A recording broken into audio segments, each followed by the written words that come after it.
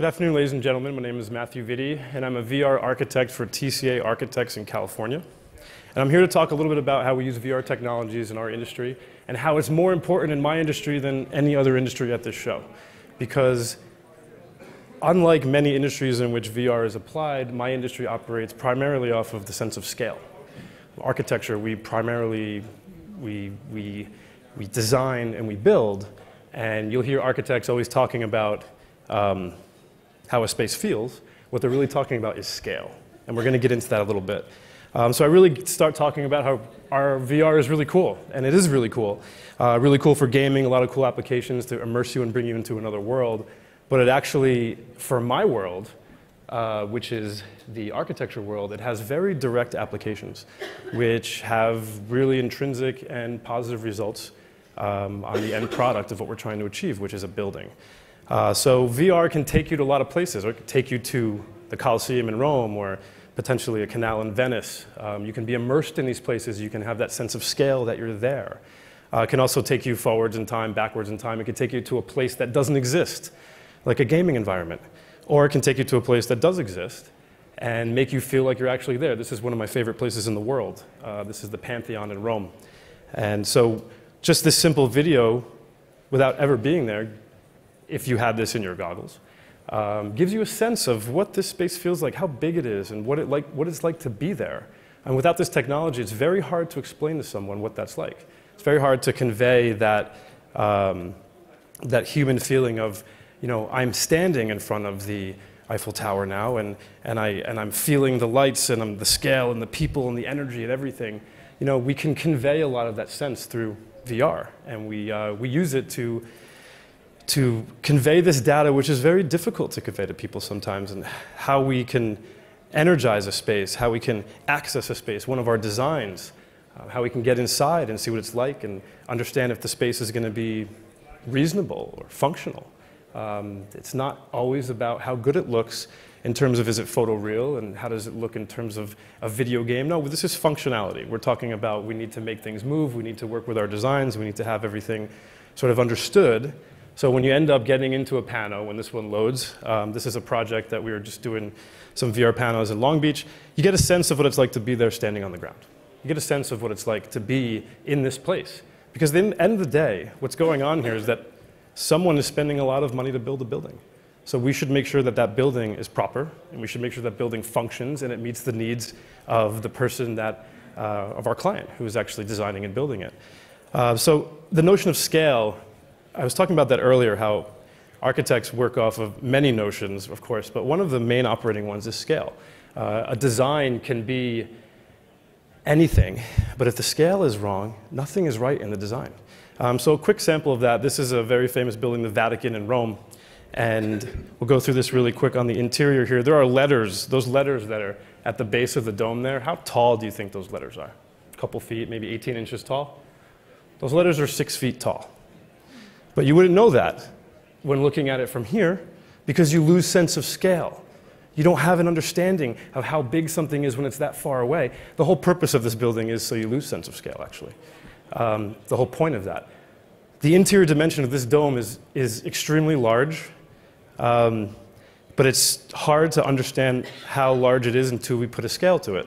So I can tell you the interior dimension of this dome is 393 feet, but that doesn't mean anything to you until I tell you that we could put this inside the dome, including the pedestal.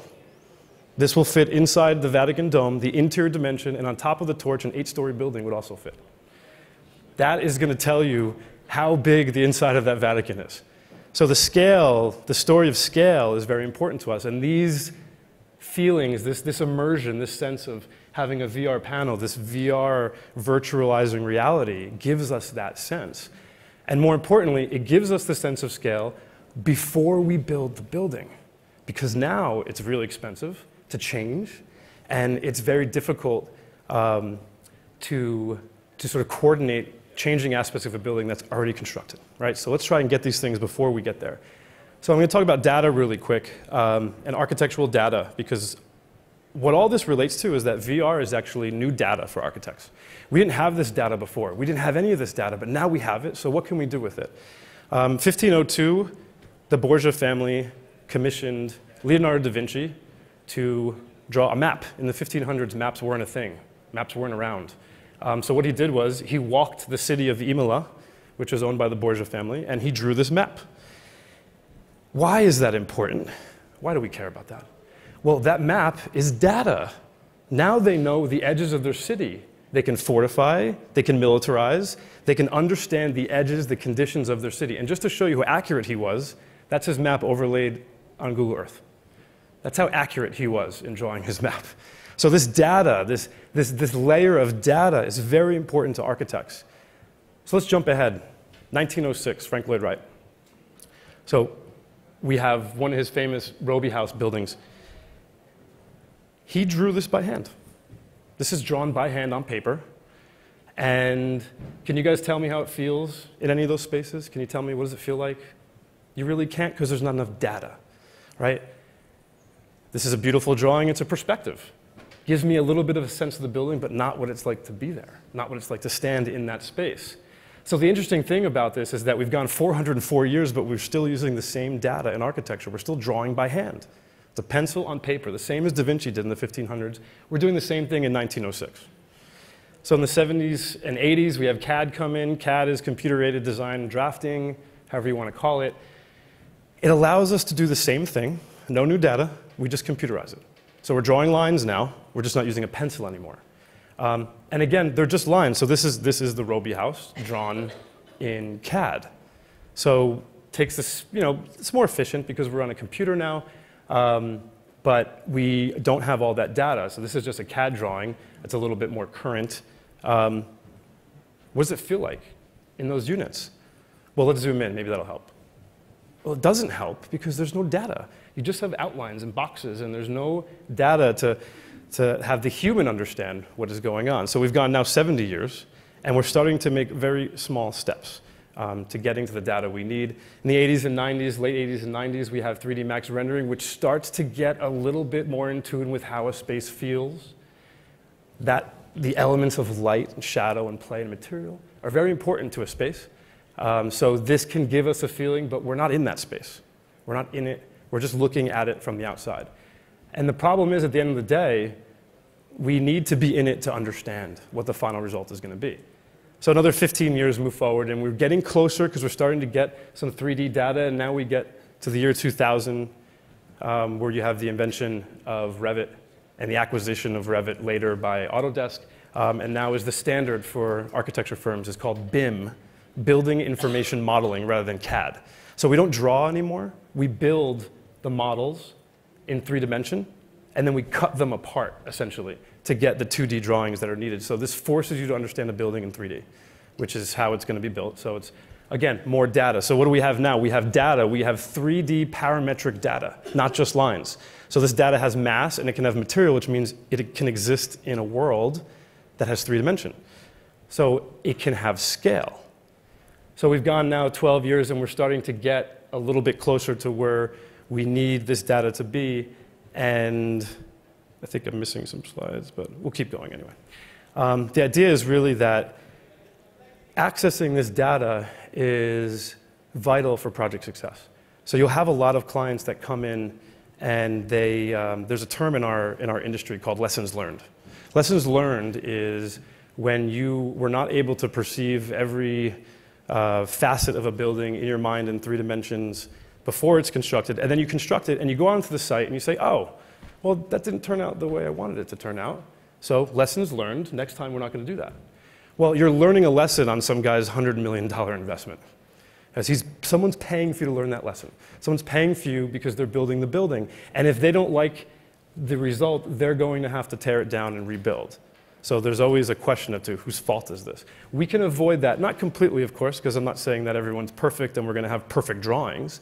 But you can access the space before it's built to make changes, to vet the space, and to edit it to a point where you are comfortable with building it. So then, instead of lessons learned, you go into the field and you have the expected and intended result of your design, not an unexpected surprise that may cause problems for the user. This just goes a little bit back into the history of VR, where we've had VR since the 30s. ViewMaster was one of the first times we had VR. The tech is not that new. It's been developed over years. But it's really coming to fruition in our industry because, again, it allows you to enter that space. It's also causing a bit of a reversal in architecture, which is architects design a building from the outside in. So we want to understand what the building is going to look like and all the major constraints and the massing. And sort of if we boil it down from there, no one is going to start designing this convention center starting in this room and designing from this room out, right? The reversal with VR is that when you have VR and you have a model, the project demands to be viewed from the inside out. So if I have a project where you guys are going to purchase a unit in one of my residential projects, you're not going to want to stand on the street and look at your unit from the street. You're going to want to go inside the unit and see what your view is when you're washing dishes, or when you're sitting at your dining room table, or when you're looking at your window of your bedroom or out of your balcony. What is there? What can we see? So it's caused this reversal of having the data come through and needing to understand the context more. The context is something we usually deal with in design early stages, but when you get into production, Revit models are built floating in air. They're not built with any context. But now we understand that that context is becoming really important. And I'll end on a quick little story here that took place in this project. This is a project we have in Burbank called Burbank Town Center. And there's this plaza in the middle of the project you can see here rendered in 2D. It's very important to the city that this plaza be activated. They're going to use it for marketing or for markets on the weekends and maybe show some movies and really create a high energy space. The problem was, if you can see in this plaza, there are two buildings on either side. There's a hotel and there's a residential side. The mayor of Burbank and the city council members had some issues. They thought that there would be a canyon effect when you're standing in this plaza. So you're standing in the plaza, and if you look up, you're just going to see buildings on either side, because the dimension between the two buildings, they thought, wasn't far away enough. Well, how do you explain to someone that perception is incorrect? I mean, one way is you create a bunch of diagrams, and that doesn't really explain anything. So what we did was we went to visit the mayor and put him in VR, this is him right there. We put him in VR, and I put him in that plaza, and this is standing in the plaza there. And I asked him to put the headset on, which he did, and I asked him to look up, just look up. And the video will get there eventually, where he looks up and he sees nothing but sky. Now this is a conversation that went back and forth for 3 months. He took the headset off, put it on the table, he said, "Good, we're done." That was it. No canyon effect. And every other council member came in, put it on, and the first council member said, "Wow, this should be part of every entitlement for Burbank from now on." As they were looking around the project, they said, "No canyon effect, put the headset down and done." So that saved our firm weeks of emails and meetings and back and forth. We had to go there and put them in, and they were able to see the data that we were talking about. So I'm trying to tell them, "No, guys, you don't understand. There's no canyon effect. It's fine." But they don't have my background as an architect. They don't understand the knowledge that I have. I've spent over 10 years, 15 years doing this and understanding it. And that's my last point, was that VR levels the playing field of understanding architectural data. And the example I always use is my mother. My mother raised 2 architects, me and my brother. And my mom doesn't know anything about architecture. She never went to school for it. She can't explain anything to you. But my mom could tell you how she feels if she's standing in this room, just like all of you can. Because we all live in reality and we all have a reaction to it. So if you can put someone into VR, you can level that playing field of understanding what you want them to understand. They can see it for themselves. We can edit it, we can fix it, and move on, have more successful projects. Thank you guys very much. Appreciate your time. I think we have time for questions. 1 minute for questions. Sir. Do you have any, are you using any tools here where you design architectural elements from inside VR, and is that something that will work? You know, we don't yet. I have been thinking about that, though. In my world, we're using sort of most efficient practices. So for an architect to design or model something very quickly in one of our model, like SketchUp or it's much easier than for someone in VR to try and be doing it dexterously like this. So from a workflow perspective, right now, we sort of drag and drop our content into a world where we can view it. But I see in the future that's coming soon. But it's not, it's hard to make finite movements with an HTC controller. So if I want to move something exactly 1 inch, you know, there has to be a way to control that a little more. Because in my world, those dimensions matter. They matter a lot. One more?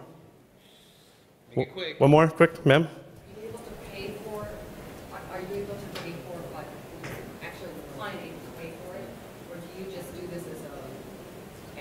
So we have, what I did with TCA with my firm is that I have implemented VR into the design process of our firm.